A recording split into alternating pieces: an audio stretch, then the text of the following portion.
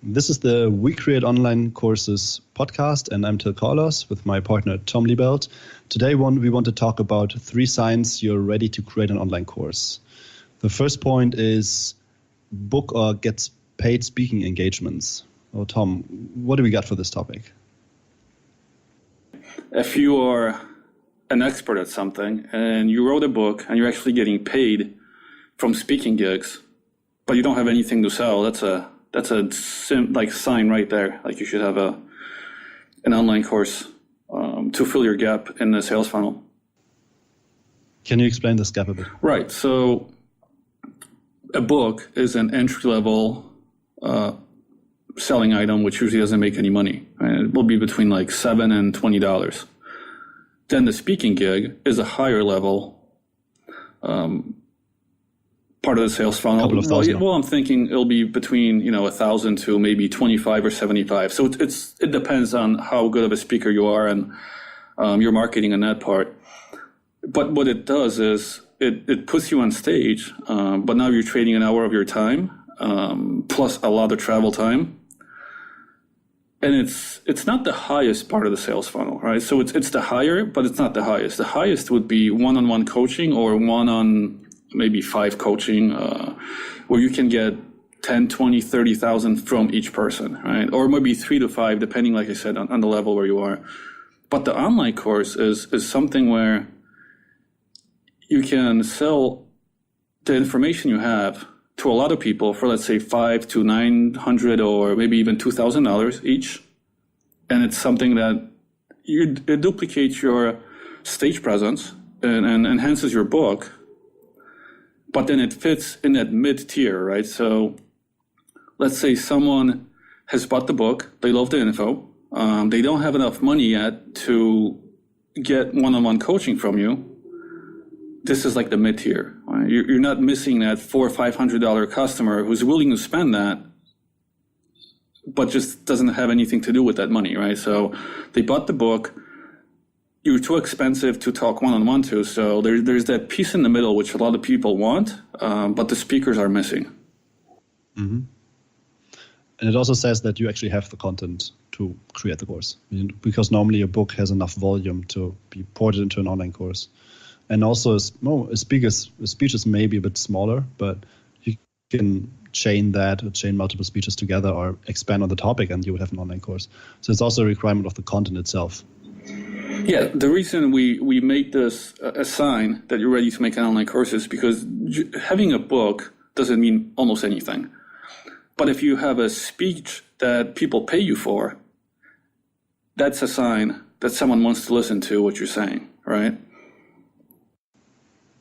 That makes sense. So a book could also be, technically a book could just be an upload on Amazon and nobody buys it. But if there are a couple of thousand people buying a book, then it's a good sign that they're actually a following. Yeah, so that's one piece of it. But then when people will actually pay to hear you speak on that same topic, that's really when you know something is going right. Especially if you have a keynote that you created based on the book. Because what happens is people write books to get speaking gigs, right? So they will come up with a topic, get the book done for January, February, and then that whole year they will be speaking based on that book.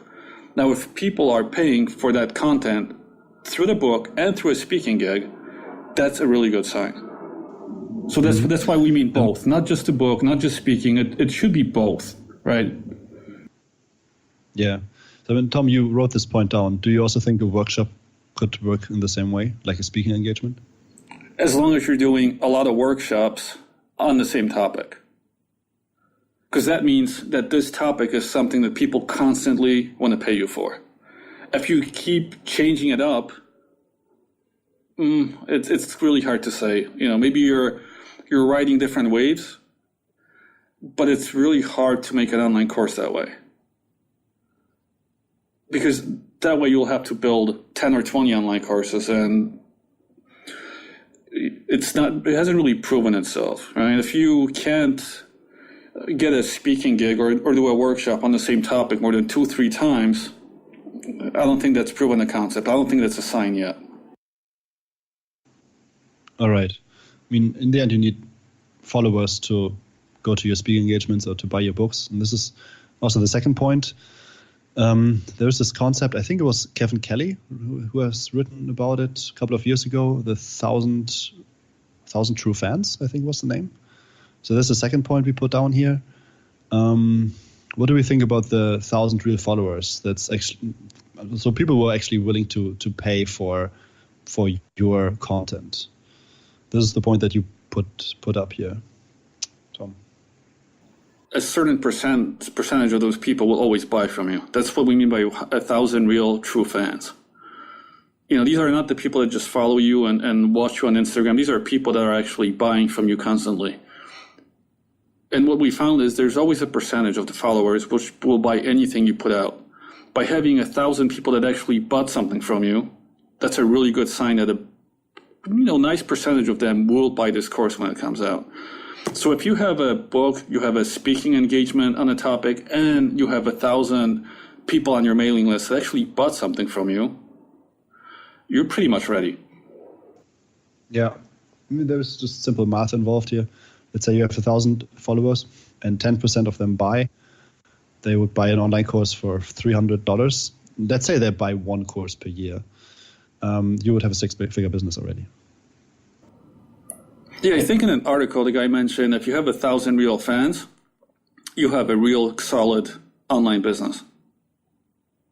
And if we can link to that article too, I guess he can explain that part of it better. But what we mean is, when you think of online courses, just have 1,000 people who have bought something from you.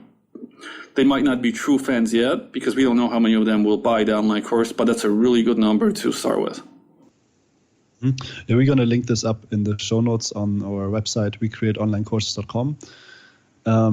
If you want to get this right away, just do a quick Google search. I think Kevin Kelly, L-L-Y, and 1,000 true fans. I think you should find it. Quick the question, Tom, how do you see if a person is a real or a true fan? You said they buy something. Is there any other indicator? I mean, what if you have a following of like 100,000, 10,000 Twitter followers? How can you know if they're true fans? Yeah, so see, there's a separation between 1,000 people who have bought something from you and 1,000 true fans. The 1,000 true fans, as he mentions in that article, are people who are buying from you constantly. So let's say you have 100,000 followers, but there's 1,000 people in there that buy anything you put out. Those are the true fans. You won't know that until you put out multiple products or multiple offers. Yeah. That will quickly indicate how many true fans you have. But for this part of what we're talking about, just start with 1,000 people who actually bought something from you. Okay, and if you haven't sold anything yet, maybe make a pre-sale offer. Maybe make an offer. Maybe it's not the time to create a course just yet. Yeah, that's true. That makes sense. I think this is why we make this episode, because some people might go in too early. Yeah, but also maybe some people go in too late to say they think they need everything. But if we get these requirements, that should be enough. Let's quickly get to the next. But remember, it's a ballpark. So if you have a 950 fans, that's good. You're good to go. Even 800. We put that 1,000 in there just so you know that's a ballpark figure. Right? The closer you are, the better it is. Yeah, it's a concept. Yeah, good. So the third point is a successful case study and request for coaching. That, I mean, you mentioned that before for the group coaching on the first point. Can you expound a bit on this point? Yeah. So the best way to sell an online course is through a good case study. That's why being able to prove that you took someone from point A to point Z and really go in depth into how you did that, that could be all the sales copy that you need. Now, by having requests for coaching, it means that people are looking for a higher tier item. Now, as I mentioned before, your highest tier item will be the personal coaching, and most people will think it's too expensive, which is fine. But at least by getting those requests, you know that someone wants more from you. So even though this might be too expensive, now you have an idea, oh, okay, I'm missing this part of the sales funnel. That's that mid gap where where the online course goes.